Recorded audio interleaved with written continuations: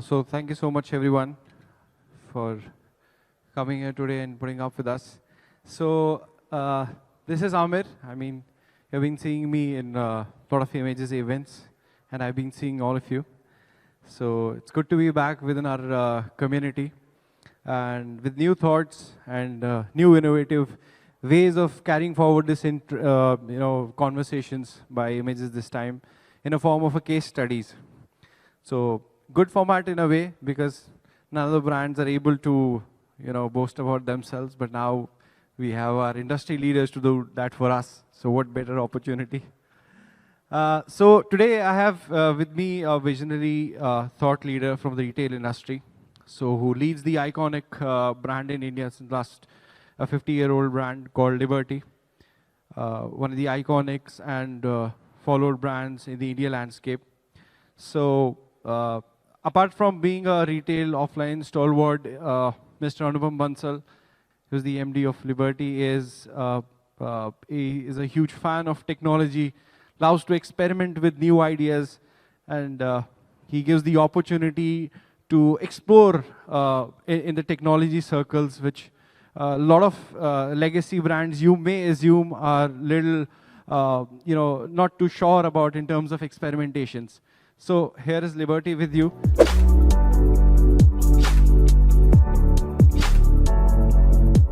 And I would basically like to start with asking you a question that, how was your journey with GreenHonchos, and what all have we been able to achieve together that you would like to talk about? So good afternoon, everyone.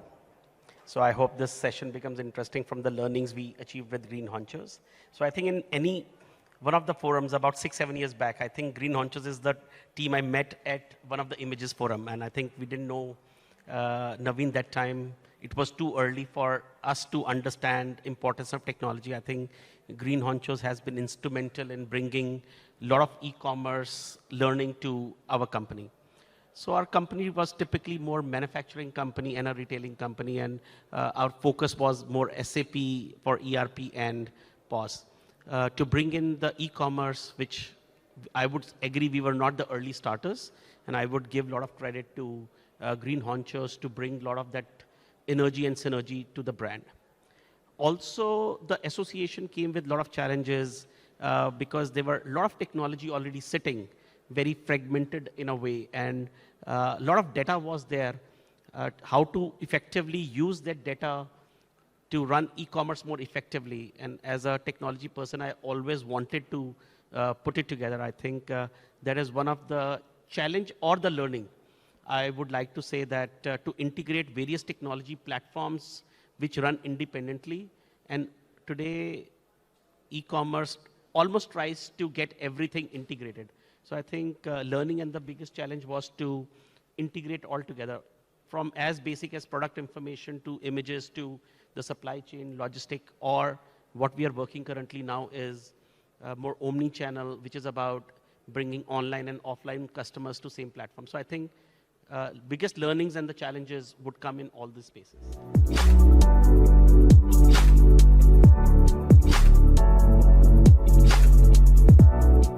So I would also like to ask you that, as people say that the 5 senses are your team in-house, and the 6th sense is always your growth partner or the agency that you say.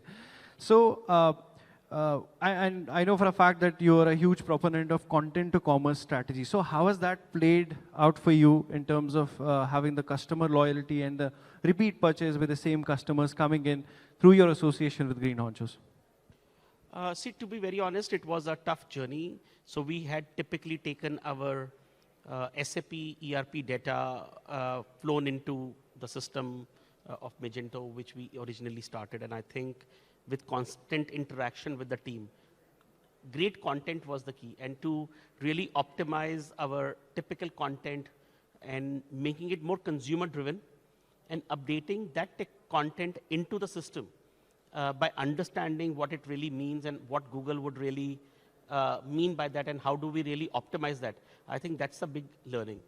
And moving, because at the end of the day, it's the experience in the, I would say, consumer marketing, which is most important, and how we are upgrading the content constantly with the changing times of either portals or the website, to do that seamlessly and effectively and consistently is most important. Like recently, earlier, the trend was to just take constant shoot with white background. And now, if the trend is to have more lifestyle shoot and still make the content look interesting and still uniform, I think this is the transition. And we are learning every day, and bringing those changes every day is important. And most important is the team working consistently and understanding the challenges, what we have faced in the past, and how we will transform looking at those learnings. I think that's an important area which people should learn.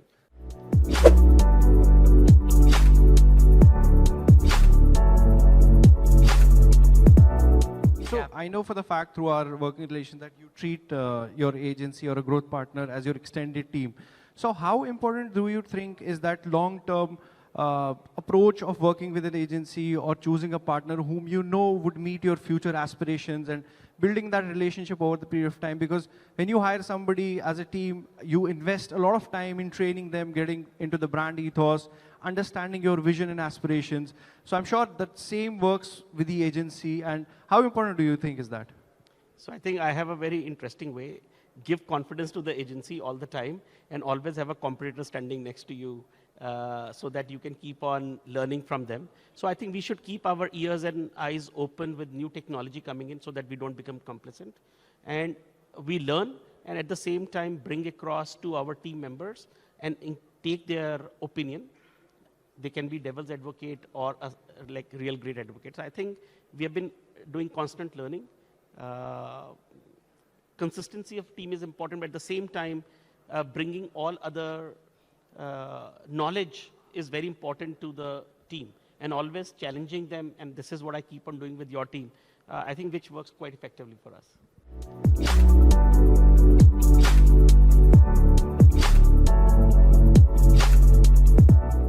Wonderful. So the forum being Phygital, I would also like to ask you, how do you see the parity and the disparity between the offline and the online world in terms of, let's say, product assortments, the sort of offers you run or the sort of discounts you give or the pricing strategy? And how have you been able to use that legacy and historic data of the online in your offline to your online journey with GreenHonchos? See, I think I would like to use a combination here. When we started e-commerce, we started with almost like a common merchandise.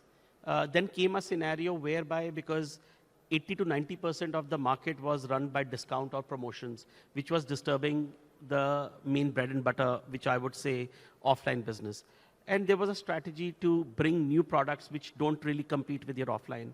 And I see a trend again coming back whereby same products, and it is more like a convenience model, and the discount model is fading out. I would not say completely, but as a brand, I would like to follow a common strategy whereby the products should be available both at online and offline stores, and a seamless and a consistent experience to be given to the customer. They shouldn't compete with each other. They should align to each other.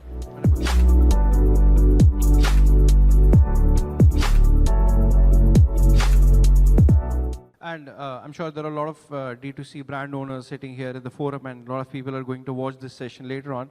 So what is your advice for new D2C brands to rise above the clutter, and how should they look at their e-commerce journey over the period of years?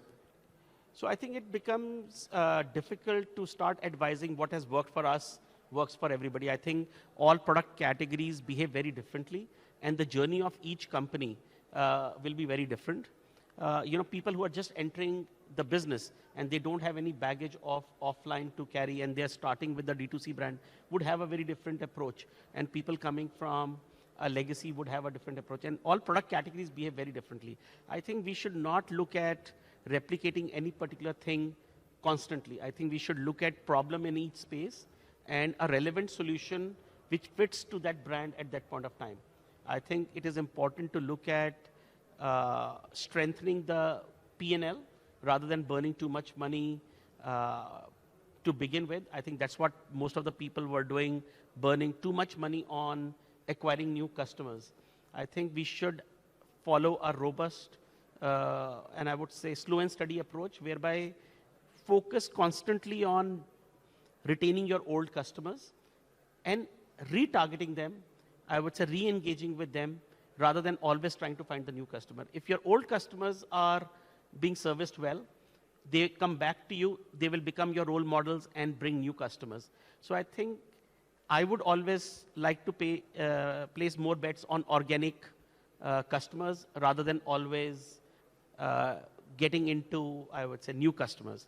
At the same time, I'm not trying to defend that a paid strategy is a wrong strategy. I think that has worked for Liberty, and I really believe into it. But there are, I'm sure, customers who would say that acquiring huge amount of customers in the first year has given them great dividends. So I think it works both ways, depending what has worked for each brand. Wonderful.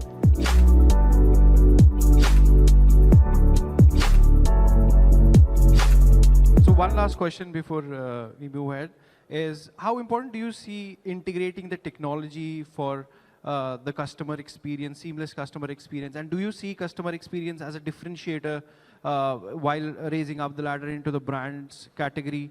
And do you see that as a main factor in driving the customer loyalty and the repeat purchases?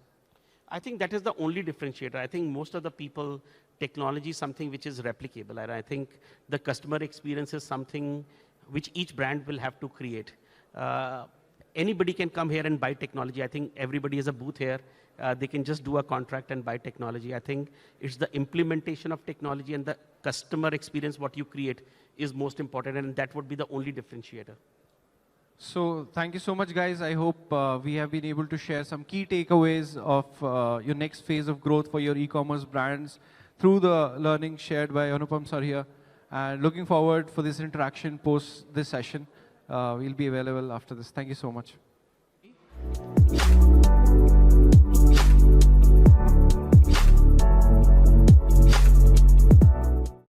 I think we were just chatting while you were presenting. Of course, very impressive journey in terms of the entire omnichannel enablement that you have gone about. One of the questions that came to most of our mind is in terms of the scale, if you could talk about a little bit more, and also if there are milestones that you had defined, and how have you gone about defining those milestones and achieving the milestone, whether in terms of revenue, in terms of volumes, or anything that you can speak about. Just to put some perspective to the data I'm talking about, from Liberty's overall turnover, we started our journey 5 years back with almost zero, or I would say point, where e-commerce was an irrelevant segment. And I think last 2-3 years, we have made it slightly more relevant, and it is about 8 to 10% of our business. From a focus point of view, I think looking at the customer journey changing and the relevance it is becoming important and relevant within the management eye to look at a differential product strategy, which was completely not there. Creating a lot of products, I think about 20 to 30% of the merchandise is now developed keeping in mind the e-commerce customer, the content, what we are creating for, I would say, the e-commerce customer is not fully getting replicated for the offline customer, because that's also helping our offline customer and internal selling. Let that same data become relevant for our, I would say, internal selling, or I would say internal app to engage with dealers or distributor. So which has also become quite relevant. From the perspective of the consumer behavior, yes, still e-commerce is a very discount-driven, a lower average selling price. Our average selling price of still online is double than the online presence. It's still a low-margin business in online because the expense model is very high, unlike which most of the people said that the traditional model will be much more expensive to manage than online. In current scenario, I still feel online is a much more difficult model. I am still waiting for that scale to come, whereby I see this as a cost-saving model than a different way.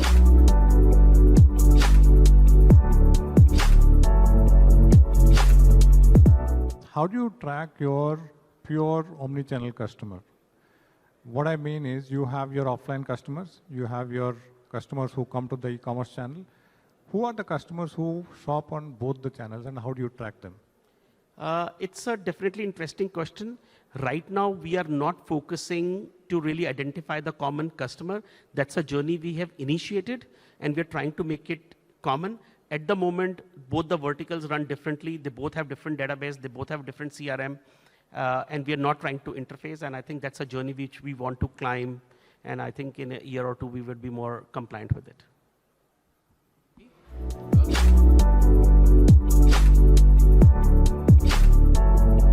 So there are various technology elements that comprise, creating that experience for the customer.